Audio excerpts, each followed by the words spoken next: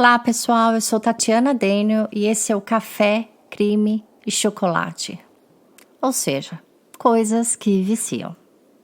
Confesse, você também é viciado nos três. E se não for ainda, prepare-se. O episódio de hoje traz um caso que eu tenho aqui prontinho para ser contado desde quando eu comecei o podcast. Só que eu estava esperando a data do Dia dos Namorados para que a mensagem que esse caso passa ficasse mais ainda na memória das pessoas e que a gente conseguisse trazer um alerta maior e uma consciência maior sobre esse assunto, que é a violência entre namorados. Principalmente os casais bem jovens, porque a violência, quanto antes ela começa, a tendência é ela durar por mais tempo na vida, porque a pessoa acaba se acostumando e acaba vendo isso como o normal, entendeu? Em uma pesquisa feita em 2018 pelo Caderno de Estatísticas da USP, foi visto que mais da metade dos jovens entre 14 e 19 anos em relacionamento amoroso já foi alvo de pelo menos um ato de violência, como proibir o uso de certas roupas, controlar o dia a dia um do outro, controlar as amizades, e inclusive entrar em redes sociais sem autorização do parceiro. E isso é tirar a privacidade da pessoa, né? Não entrar na sua própria, mas entrar na do parceiro, escondido. Esses atos por si só já são bem nocivos, mas para que eles pulem para um ato de violência física, isso acontece muito mais rápido do que a gente imagina. Nessa mesma fonte de pesquisa, esses jovens que tiveram experiência de algum tipo de violência no relacionamento, 84% deles disseram que eventualmente essa violência se tornou física. E dos casos de violência física, 17% foram consideradas graves com necessidade de atendimento médico.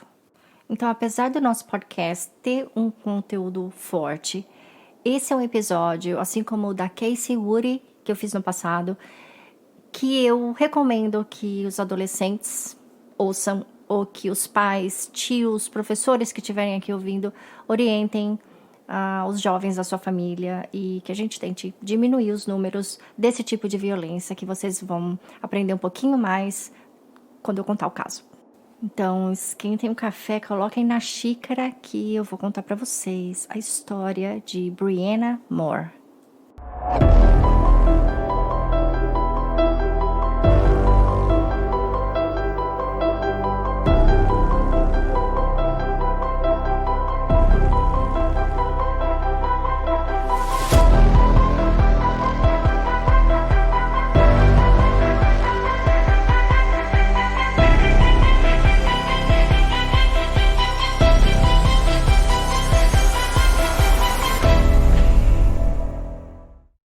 Brianna Moore, ou Bri, como ela era conhecida, era filha caçula do casal Butch e Cindy.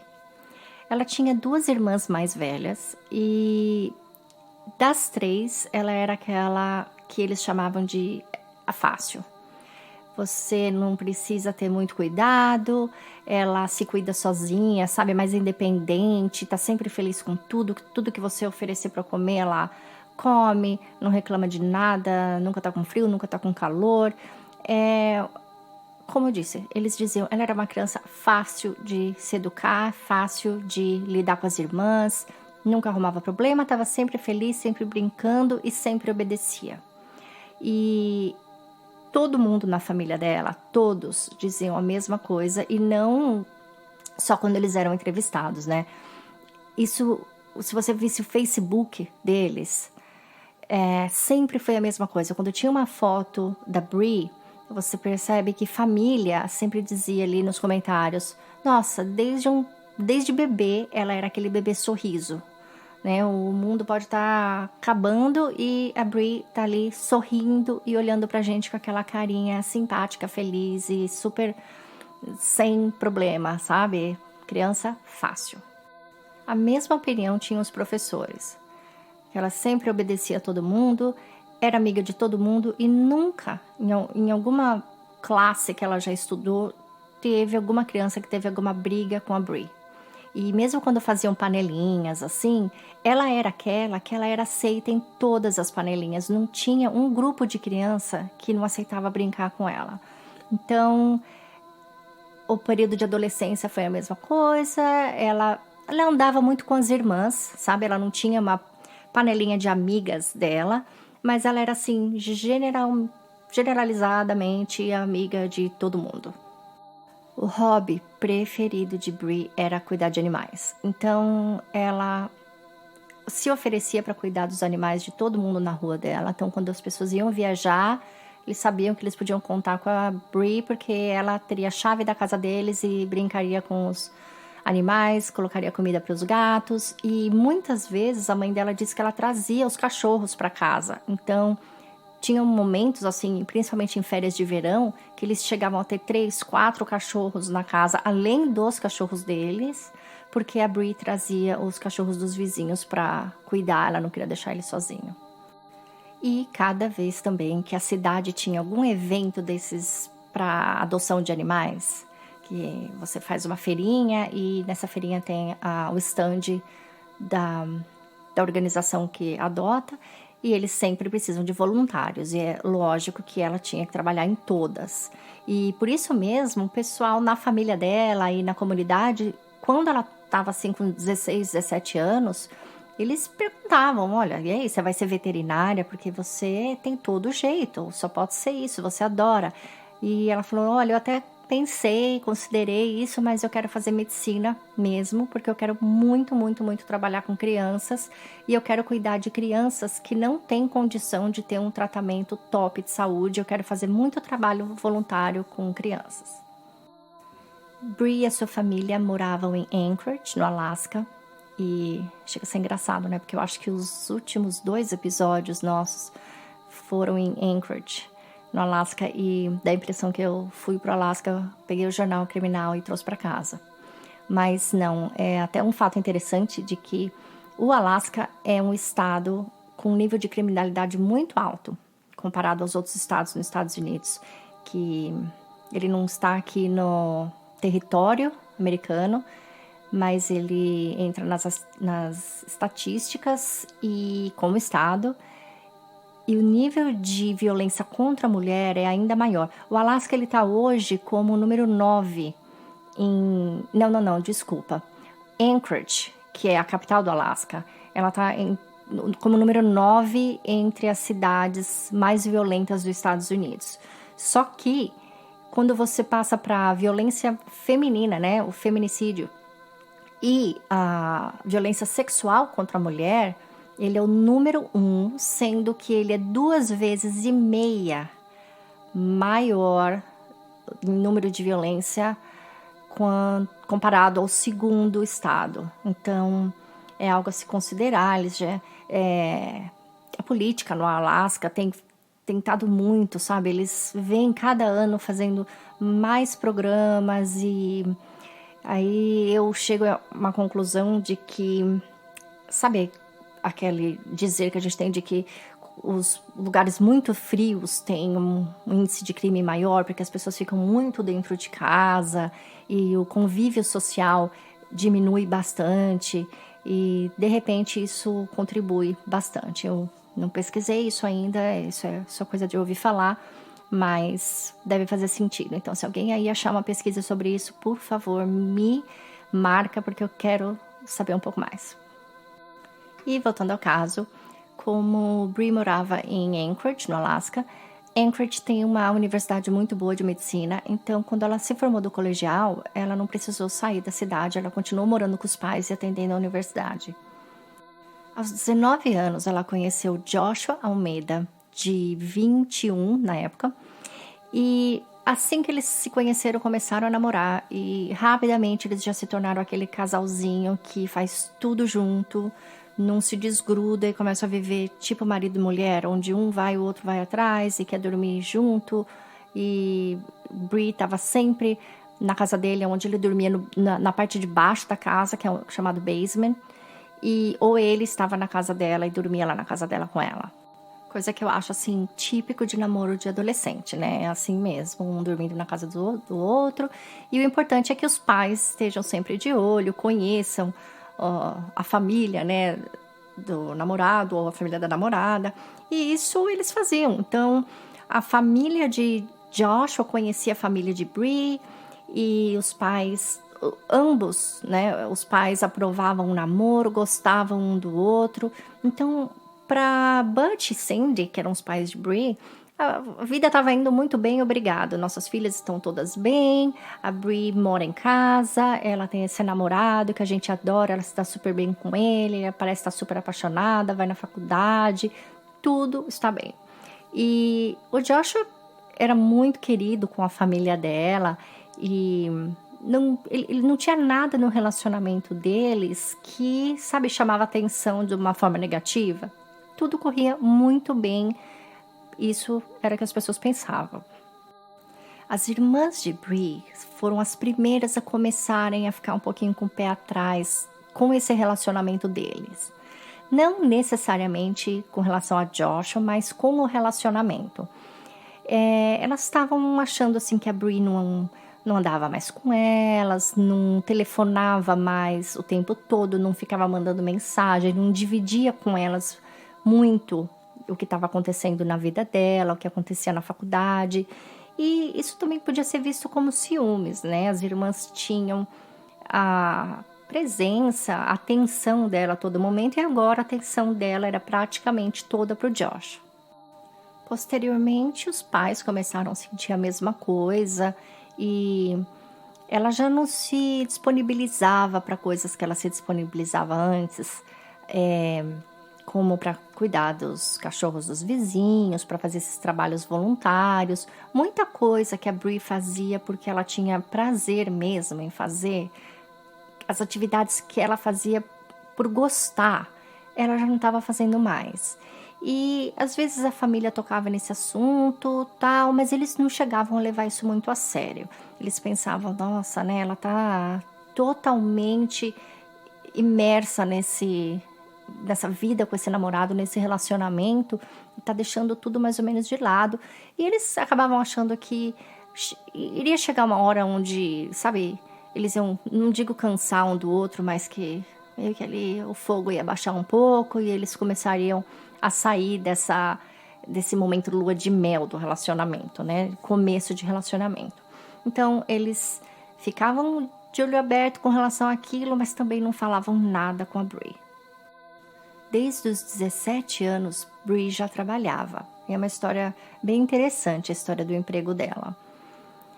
Ela, acho que já sabia que ela queria trabalhar na área da saúde, ligado à medicina, tal.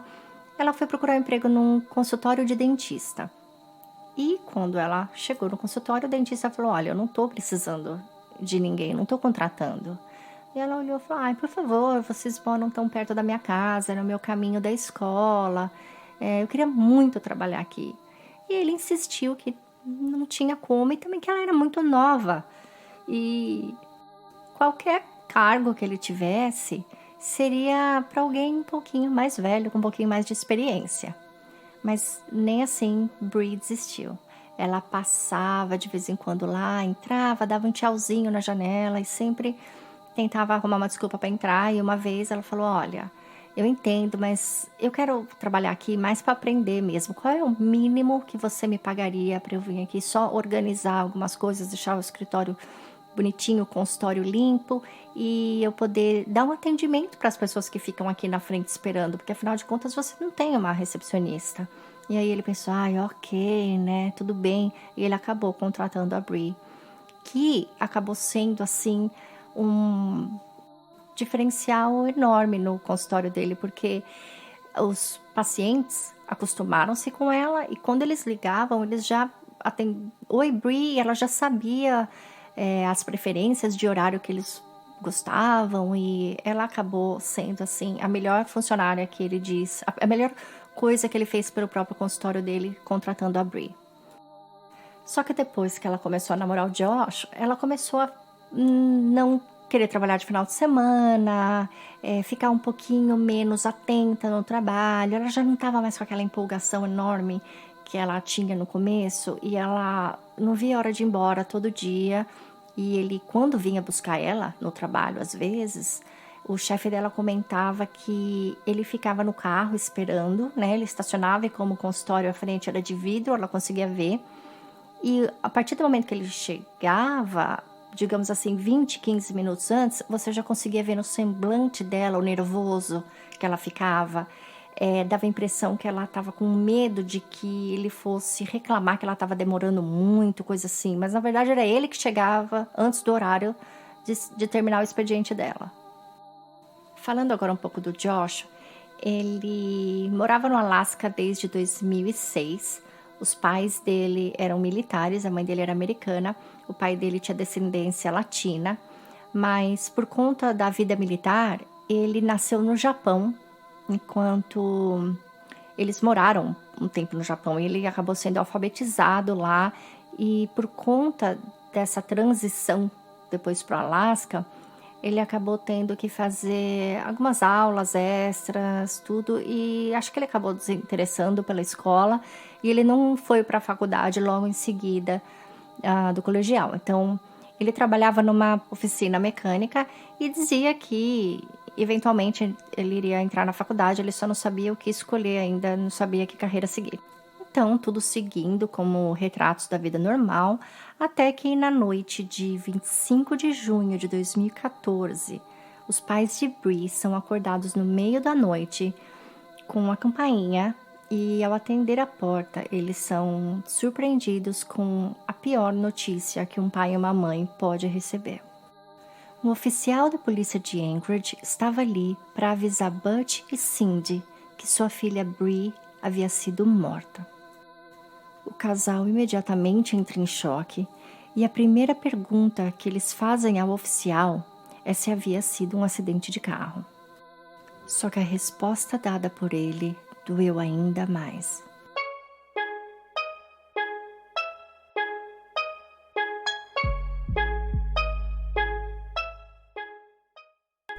Esse episódio foi trazido pela BM Lamps. Afinal de contas, para ouvir um crime como esse, é melhor ter pelo menos uma luzinha acesa. Além de não te deixar no escuro, as luminárias BM Lamps decoram o seu ambiente, seja ele moderno, industrial ou clássico. A madeira utilizada nas peças é de origem sustentável e a fabricação é feita toda no Brasil, gerando empregos e movimentando a economia local. Aqui no meu estúdio, iluminando a mesa de gravações, eu tenho a luminária de mesa branca e bege no modelo Essential. E além de prática e linda, ela combina com o estilo clean da minha decoração. Você pode conferir os modelos, escolher a peça e já efetuar a compra tudo rapidinho pelo site da Leroy Merlin. É bem simples, só acessar www.leroymerlin.com.br e no campo de buscas digite BM Lamps. B de bola, M de Maria, Lamps. Lamps. São vários modelos e o checkout é imediato. Corre lá para sair do escuro. Luminárias BM Lamps. Como se estivessem vivendo um pesadelo, os pais de Bree escutam da polícia de Anchorage que a filha havia sido assassinada com um tiro na cabeça disparado pelo namorado Joshua Almeida. A princípio, eles não conseguem acreditar. Como assim? Tudo bem, para os pais dela, eles achavam que eles ficavam muito juntos e que ela estava passando cada vez menos tempo em casa com eles, mas isso é coisa de namorado jovem na cabeça deles. Como assim? Isso não estava encaixando para eles. Principalmente porque para o casal a filha deles estava feliz. Só que esses questionamentos e esse sentimento de negação, ele foi diminuindo e sumiu por completo quando o policial contou aos pais de Bree a ficha que Joshua tinha na polícia. Isso mesmo, com apenas 22 anos de idade, a ficha criminal de Joshua estava longe de pertencer a um bom moço. O histórico criminal dele teve início anos antes dele conhecer Bree, por volta dos 16 anos, e incluía roubo, briga, agressão física, destruição de propriedade e violência contra a mulher. Joshua tinha um problema sério com bebida, e cada vez que ele frequentava alguma festa ou ele ia para algum jogo de futebol americano, ele bebia muito e acabava arrumando encrenca com quem estivesse ao redor dele. Certa vez a polícia foi chamada porque em uma festa ele bebeu demais e jogou uma menina no chão, brigando com ela, e depois ele resolveu ir embora porque a dona da festa pediu para que ele saísse, e ele, com a caminhonete dele, entrou mais ou menos assim na frente da garagem da casa e tentou atropelar a menina que ele tinha batido. Ele também arrumava briga em bares e até no trabalho dele, 2 funcionários chegaram a sair da oficina mecânica porque eles não conseguiam lidar com o temperamento de Josh. Ou seja, ele estava longe de ser aquele namorado que todo pai e mãe quer para sua filha. Imaginem o choque de Butch e Cindy ao ouvirem tudo isso, em pensar que a filha deles estava passando a maior parte do tempo dela ao lado de alguém assim. Joshua já havia agredido fisicamente sua própria mãe e, pouco antes de conhecer Bree, ele havia respondido o processo e sido condenado por tentativa de homicídio. Isso mesmo, por tentativa de homicídio. Uma ex-namorada de Josh, que ele se relacionou antes de Bree, quase perdeu a vida nas mãos dele. Essa jovem, que nós não vamos citar o nome, foi inclusive uma das testemunhas de acusação no julgamento, e relatou que em 2012, após Joshua ter bebido, ele a espancou, quebrou um de seus dentes, arrastou-a pela sala, arrancando um tufo de cabelo com o couro cabeludo, depois quebrou um espelho na região da cintura dela e em seguida disparou 2 tiros em direção a ela, que um pegou no carro e um na porta da casa dela. Isso tudo aconteceu na casa dela, e como a agressão começou depois que ela já estava na cama para dormir, na hora de fugir ela ainda estava do jeito que deitou, seminua. Então imaginem a situação dessa menina. Além do medo, ela está sangrando, com a cabeça sangrando, com a cintura sangrando, sem um dente, toda machucada e quase sem roupa. O que ela resolve fazer? Para quem que ela pede ajuda? Para os pais de Joshua. Ela se dirige diretamente à casa deles.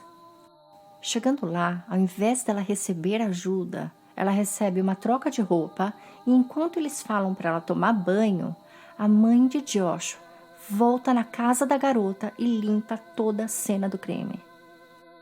Péssimo isso, né? E ela não só limpou tudo por lá, mas ela também deu um fim na arma que ele usou e trouxe ele de volta para casa. A menina, quando viu que ele estava voltando com a mãe, entrou de volta no carro e foi embora. E aí sim, ela ligou para os pais dela e o pai dela ligou para a polícia e avisou tudo o que estava acontecendo. A polícia foi rápida, dentro de meia hora eles já estavam na casa dos pais de Joshua, mas ao ser interrogado, o pai de Joshua mentiu, disse que nada disso tinha acontecido, disse que não havia arma nenhuma, nada, que o filho dele estava em casa dormindo o tempo todo e ficou por isso mesmo. Ele acabou não sendo preso e só respondeu depois por um processo civil. Isso tudo parece tão ruim que eu não sei como que nunca chegou nos ouvidos do pai e da mãe da Bree. E eu também me questiono se ela mesma, Bree, sabia. Eu penso que sim, porque de acordo com o jornal USA Today, o Josh estava em liberdade condicional na época do assassinato. Isso significa que ele não podia beber, não podia chegar perto de nenhuma arma, nem possuir uma arma, e tinha horário para estar em casa à noite. Talvez até por isso eles estavam se afastando das pessoas, entendeu? Ela estava ficando mais com ele e dormia sempre na casa dos pais dele, provavelmente porque ele não podia sair, ele tinha várias coisas que não podia fazer. Para mim, o fato dos pais dele nunca terem comentado nada com os pais dela, ou chamado ela para uma conversa, sei lá, sabe? O filho dele está em liberdade condicional, gente, e está namorando uma menina logo após ter quase matado uma outra. Eu não acho isso nada responsável, não acho ético, não vejo integridade nisso. Só que eu fiquei mais perplexa ainda em descobrir que 2 vezes, enquanto a Bree estava dormindo na casa deles, ela acordou com o olho roxo e nem pôde ir para casa dela, nem trabalhar por conta do machucado. E quem comprovou esse fato foi alguém que trabalhou na casa deles, prestando serviço, e disse ter visto Bree 2 vezes pela porta de vidro na cozinha, colocando gelo no olho, e ele pôde perceber que o olho dela estava bem inchado e roxo. Isso demonstra que eles realmente sabiam e não faziam nada mesmo, sabe? Não estavam literalmente nem aí para essa menina. E uma outra coisa que demonstra essa atitude horrível deles é que na noite do assassinato, a Bree estava dormindo na casa deles, nesse quarto do Joshua, que era no basement, né, embaixo da casa. Ali era um banheiro, um quarto e uma mini cozinha, que era uma área só dele. Na noite do crime, a mãe dele foi acordada por ele. Ela não escutou o tiro, porque ele tinha um silenciador. E ela desceu, porque ele falou, olha, a Bree levou um tiro. E quando ela desceu para olhar, ela demorou 2 horas para ligar para a polícia. 2 horas. Dá para acreditar? Dá, né? Dá para acreditar, porque depois de tudo que essa mulher já fez, provavelmente nessas 2 horas ela estava arquitetando com ele uma possível explicação para a polícia, limpando os vestígios de álcool e fazendo ele se sentir melhor, tomar alguma coisa, comer alguma coisa para poder passar em algum teste de bafômetro quando a polícia chegasse, porque nesse dia do assassinato, durante a tarde, ela tinha levado o Joshua na última sessão dele do Alcoólatras Anônimo, que era parte do programa de condicional dele, e num programa de controle da raiva. E ele tinha conseguido o certificado dele, dizendo que ele passou no programa, que ele tá ótimo, no mesmo dia. Então, à noite, ele mata a namorada. Ela teve que mudar tudo ali para dizer que ele não havia feito nada de errado. E eles inventaram que quando eles estavam na sala e quando ele foi no banheiro, ele de repente ouviu um barulho e quando chegou de volta na sala, a Bree havia dado um tiro nela mesma. Ainda bem que esse cara não sabia mentir e que o policial que atendeu essa ocorrência na casa dele era um especialista em suicídio. Então, é muito engraçado, porque ele foi desmascarado logo de cara. O policial perguntou para ele o que aconteceu.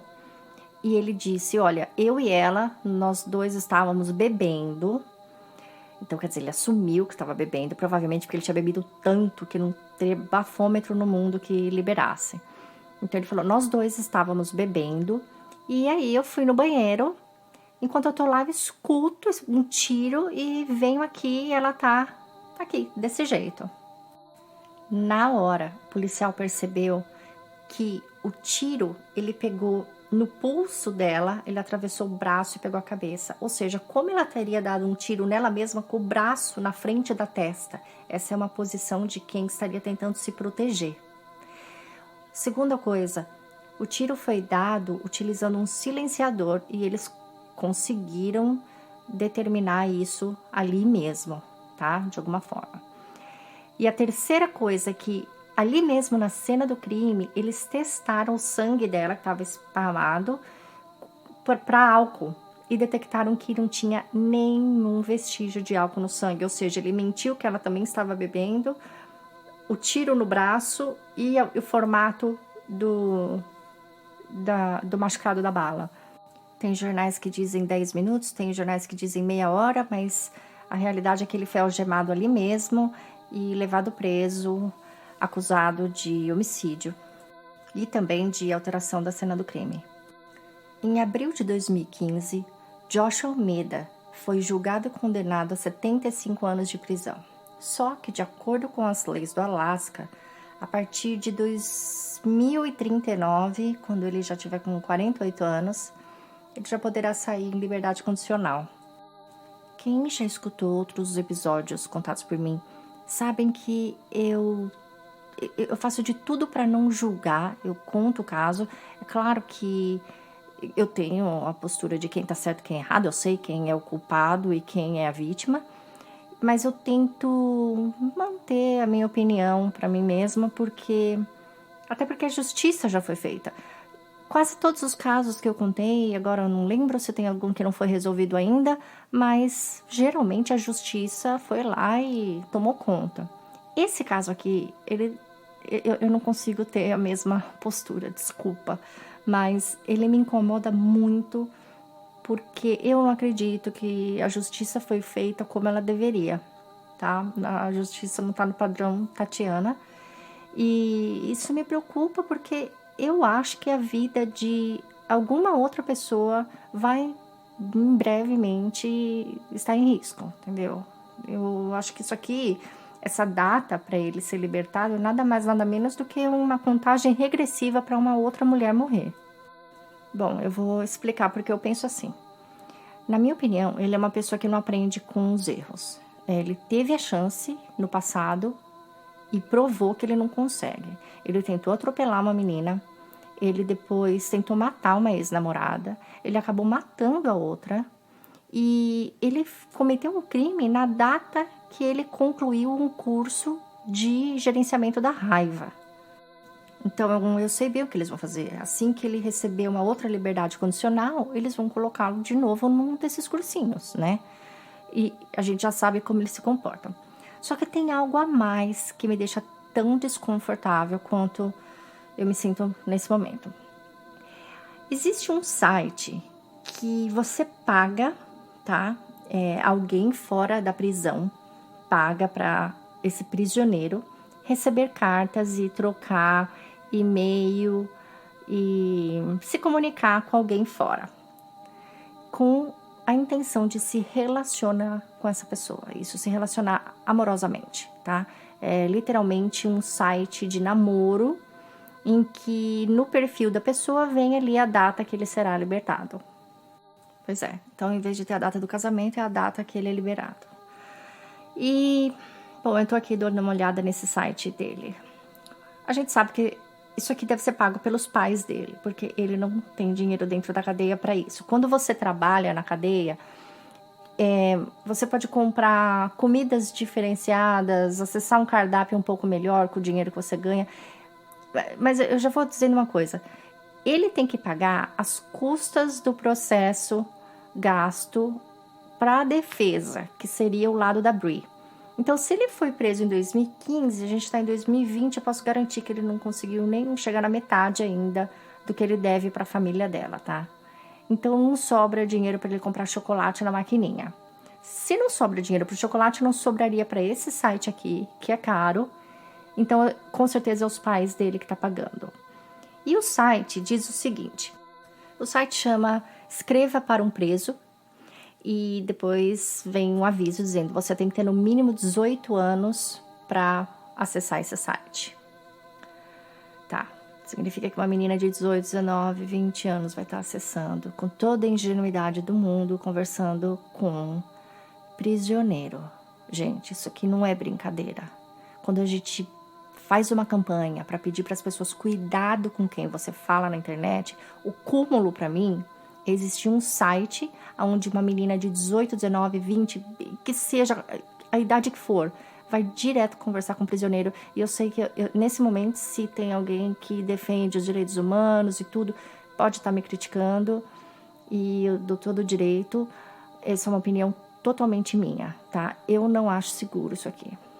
Eu não acho que ele deveria. Eu entendo que tem presos que eles podem e devem ter um contato com as pessoas lá fora, faz parte da reintegração do ser humano, mas com o histórico dele, eu não acho que ele teria esse direito, ok? Principalmente porque fazem só 5 anos que ele foi preso. Eu não confio que ele tá totalmente pronto para um próximo relacionamento com uma menina de 18 anos. Então eu vou dizer aqui um pouquinho o que tem no perfil dele.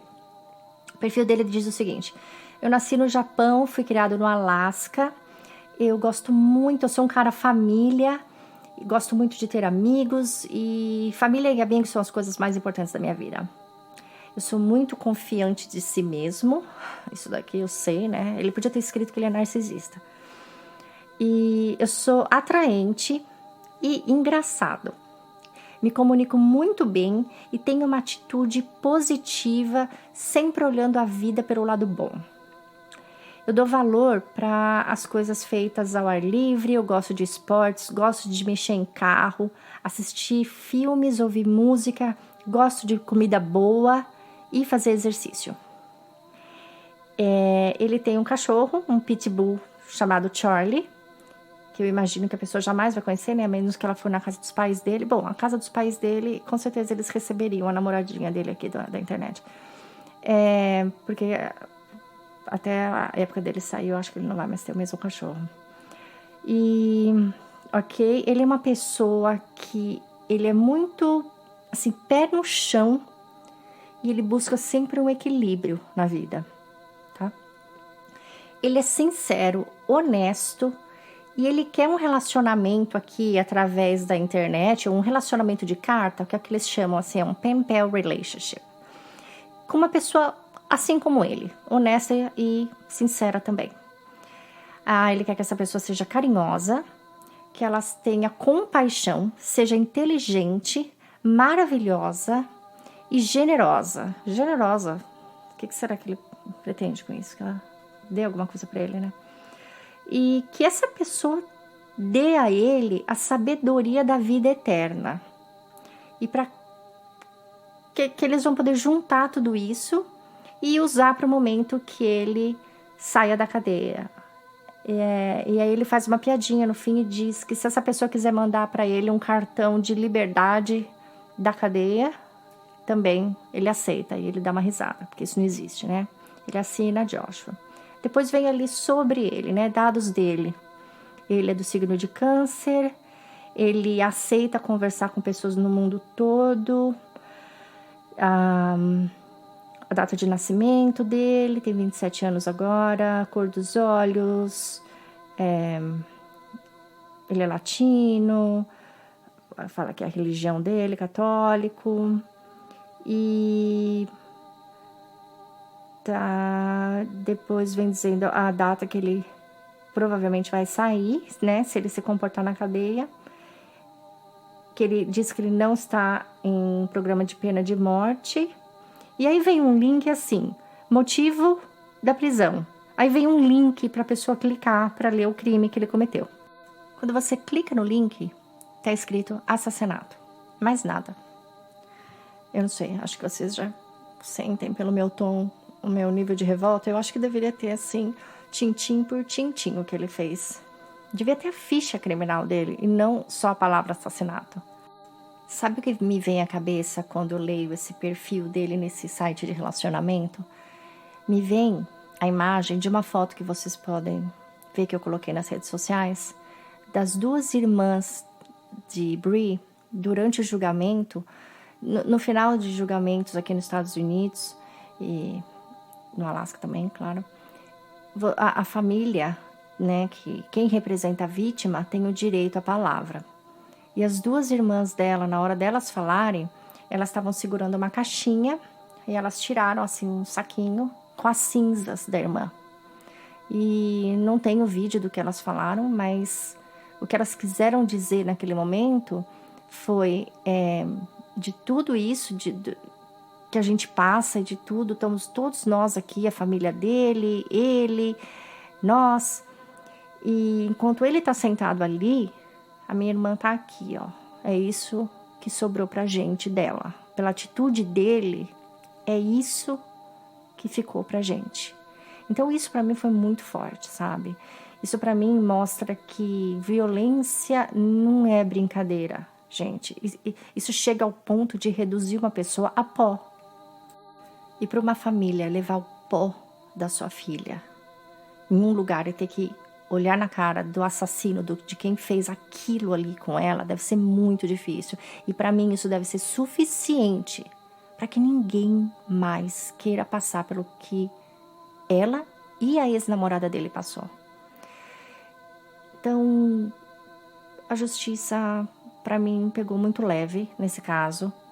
E a minha vontade em contar esse caso era de que, gente, isso acontece todo dia. Eu tô falando de um caso que aconteceu no Alasca, em português, para ouvintes brasileiros. Só que eu também sou brasileira, eu sei que no Brasil isso acontece muito. E o Joshua brasileiro, ele é aquele filhinho de papai que a gente conhece, sabe? Aquele estigma.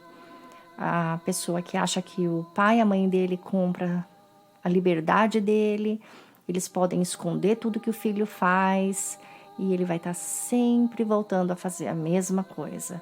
E pelo que eu vejo na televisão, isso são muitos Joshs que tem por aí, muitos. E eu sou uma pessoa que eu defendo uma igualdade no mundo. Igualdade para mim é igualdade mesmo, sabe?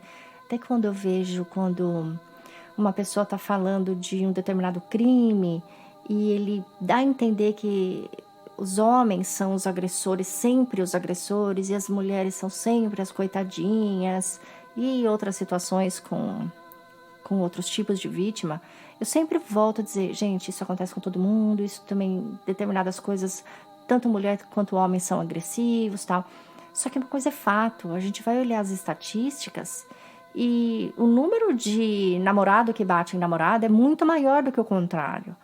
Então eu acho que nesse momento a educação tem que ser para todos, é claro, violência não acontece de forma alguma, mas na maioria das vezes o homem é mais forte que a mulher e eu acho que tem uma razão para os números serem mais altos.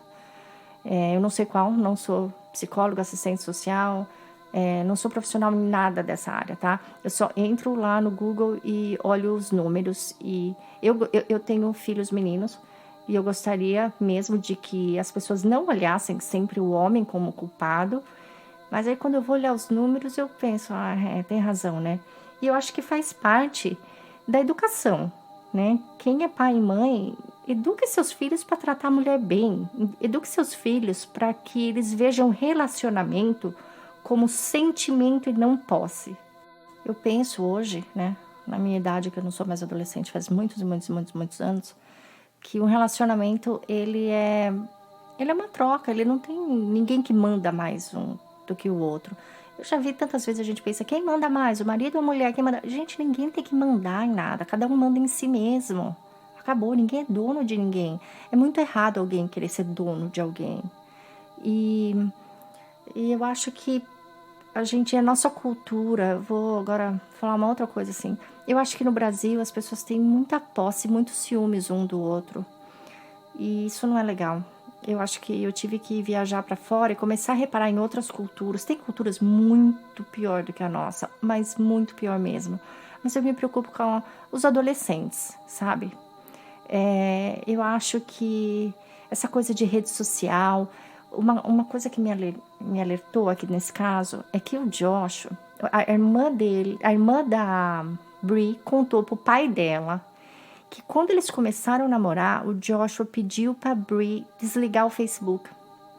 Ele não queria ela em rede social nenhuma. E agora eu vejo, né? Ele provavelmente porque ele estava incondicional e ele não queria que vazasse as informações sobre ele. Quanto vocês acham que teria durado esse namoro se eles saem em fotos, os dois, e todo esse pessoal que ele frequentava festas e era expulso das festas, ninguém ia colocar um comentário ali, opa, peraí, Bri, você tá namorando esse cara? Então ele foi bem esperto. A primeira coisa, assim, não, você não precisa de Facebook. Na verdade, ele queria se esconder, ele não queria nem esconder ela, ele queria se esconder. Então, meu ponto é, os pais dele também não aprenderam, tanto que eles dão apoio para esse site, onde meninas a partir de 18 anos podem conversar para estabelecer um relacionamento à distância com o filho deles. Eu não acho que ele possa estar nisso agora, eu acho cedo para isso. Eu me chateio até pelos pais da Bri, eu acho que deve ser muito dolorido para eles ver isso, e deve preocupar muito também, pela vida das futuras meninas, de quem vai conversar com ele. E uma coisa que eles fizeram que eu achei também bem legal, o pai e a mãe da Bri, até para lidar com o luto, muitos pais que perdem filhos ou, né, qualquer pessoa que passa por um luto, às vezes acaba achando nas obras sociais e ONGs e projetos uma forma de lidar com a perda. Eles montaram uma fundação em nome dela e fizeram passar uma lei no Alasca, e que essa lei agora em 2020 ela precisa passar no Congresso americano para o território americano também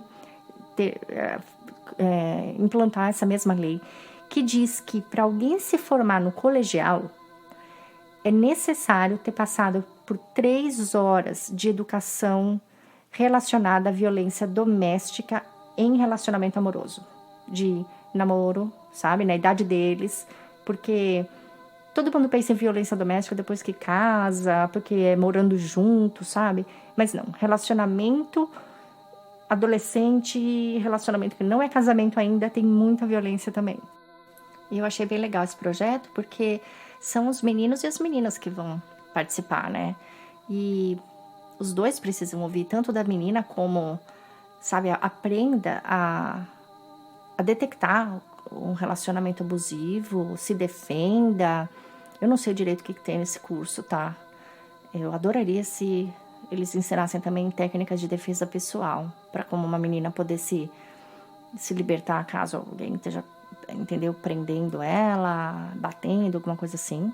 Mas também para o menino, ele entender, não só que não pode, por todo o aspecto moral, mas pensa que é interessante eles colocarem ali um projetor, colocando todas as leis e as penas e a consequência real que ele vai ter se ele fizer uma coisa dessa.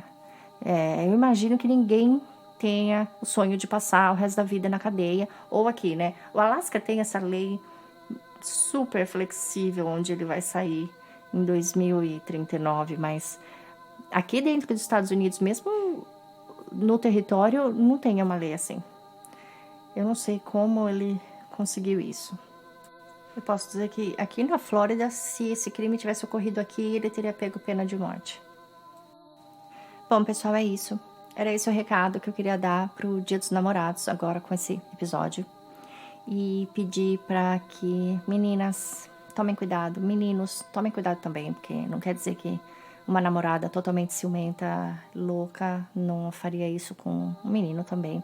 Eu acho que isso não é questão de gênero, mas só para todo mundo ficar esperto, olhar, né? E ver que a gente pensa que as coisas são de um jeito, mas na verdade são de outras, e ter uma desconfiançazinha extra.